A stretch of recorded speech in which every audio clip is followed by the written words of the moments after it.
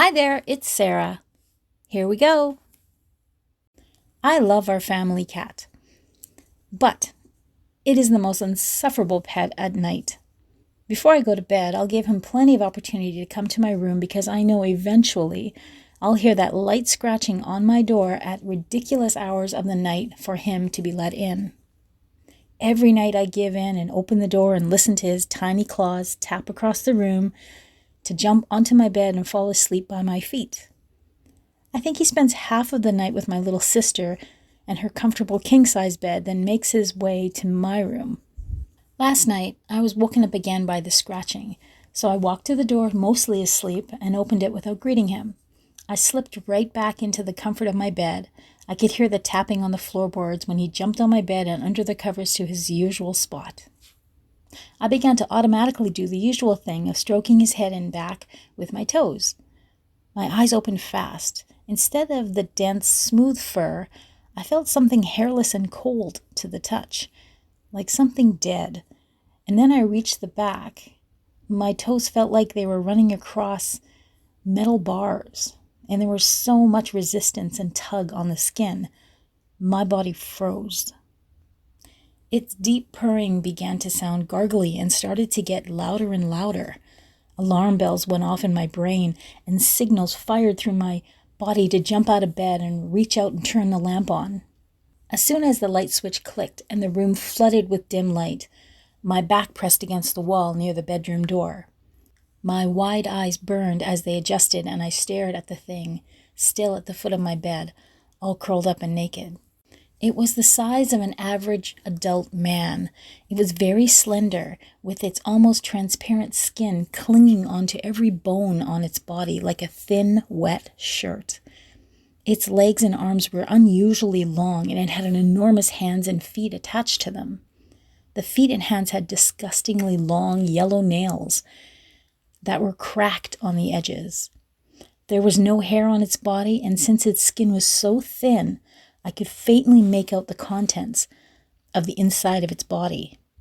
It began to crawl out of the bed with its arms reaching down on the floor first. I could hear the tapping of the fingernails on the wooden floors as he brought down the rest of his body into a squat. His hands were on the floor and his knees by his ears. It looked up at me with big, wide eyes, which were mostly covered by its black pupils. It was still purring, but it was starting to sound more and more distorted, which didn't stop until it began opening its mouth. It was so bizarre. It should have stopped opening, but it kept dropping lower and lower. It also had no teeth, but that didn't make it any less threatening. It just stared straight into my eyes. As it saw my face distorted out of fear, and my eyes were welling up, it began to smile a toothless smile, the widest smile I have ever seen. I began to tremble as it licked its lips and began walking towards me on all fours. I could see the outline of its arched spine shifting as it crawled, and it didn't take long to reach me in that tiny room. Jerking its head forward, it pressed its icy nose against my skin and inhaled deeply. Its eyes rolled back, exposing only the whites, and its body began to shudder. I was so taken by fear I could only raise my hand and point in hopes of stopping it from coming any closer. Since my brain and body stopped communicating, the only sound I was able to make was a soft whimper. It looked up, and its thin, cracked lips curled back as its mouth opened to take my shaking finger into it. Once it was in, it closed shut. At first, I could only feel the wetness, and then I began feeling pressure, pushing down onto my finger from above and below. When I found the courage to look down, it was staring right at my face whilst moving its jaw like it was warming up its mouth. When its eyes widened and I felt it, its gums pushing down, crushing my finger so easily like it was a cartilage on a chicken bone. Pain shot up my arm and I opened my mouth to scream, but I could only let out a long, dry wheezing, like my breath had been knocked out of my body. It smiled again whilst letting go. My finger almost looked flat like it had been crushed by an hydraulic press. The shaking of its body began to get aggressive. It stepped back, all the way back, until its back pressed against the wall on the opposite side of the room. It inhaled deeply and began opening its mouth again. This time, once it opened as much as it could naturally, it reached both its long hands to its mouth, one clasped onto the lower gums whilst the other on the upper gums. It began to pull from either direction. Horrifying noises of cracking and tearing ensued. Not once did his eyes leave my gaze. He held me hostage throughout the entire nightmarish scene. Once it looked like it could fit a human head in its mouth, it stopped. Then it began to walk towards me. I started to say my prayers as my vision blurred from my tears. I couldn't move. I was going to die. This thing was going to tower over me, envelop its mouth around my head to crush me and consume me. I began shaking as I imagined the immense pressure on my head, causing blood to rush out every orifice of my body. My eyes, my ears, my nose, my legs. My legs? I could feel the familiar feeling of warm, soft fur rubbing against my shins. Purring.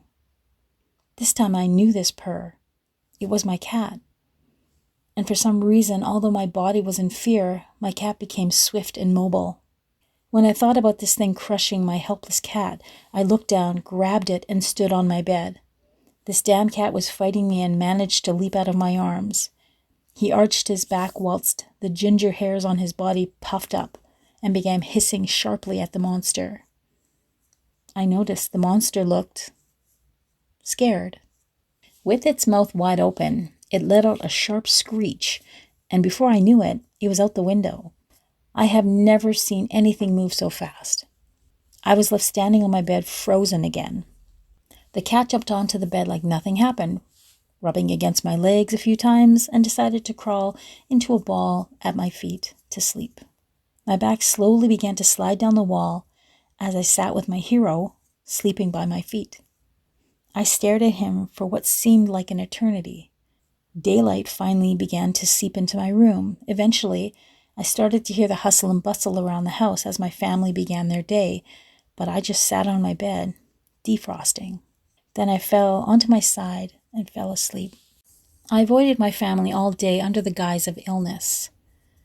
I'm awake now, and it's night again. Earlier, I called my cat, and he did the weirdest thing. He came in and he curled up in bed with me. It's strange, but whenever he's purring near me, my injured finger doesn't throb with pain. I've got the nightlight on, the door and window closed, and my cat in my arms. I'm waiting to see if it comes back again. Thanks for listening. If you enjoyed it, please give me a like and hit that subscribe button.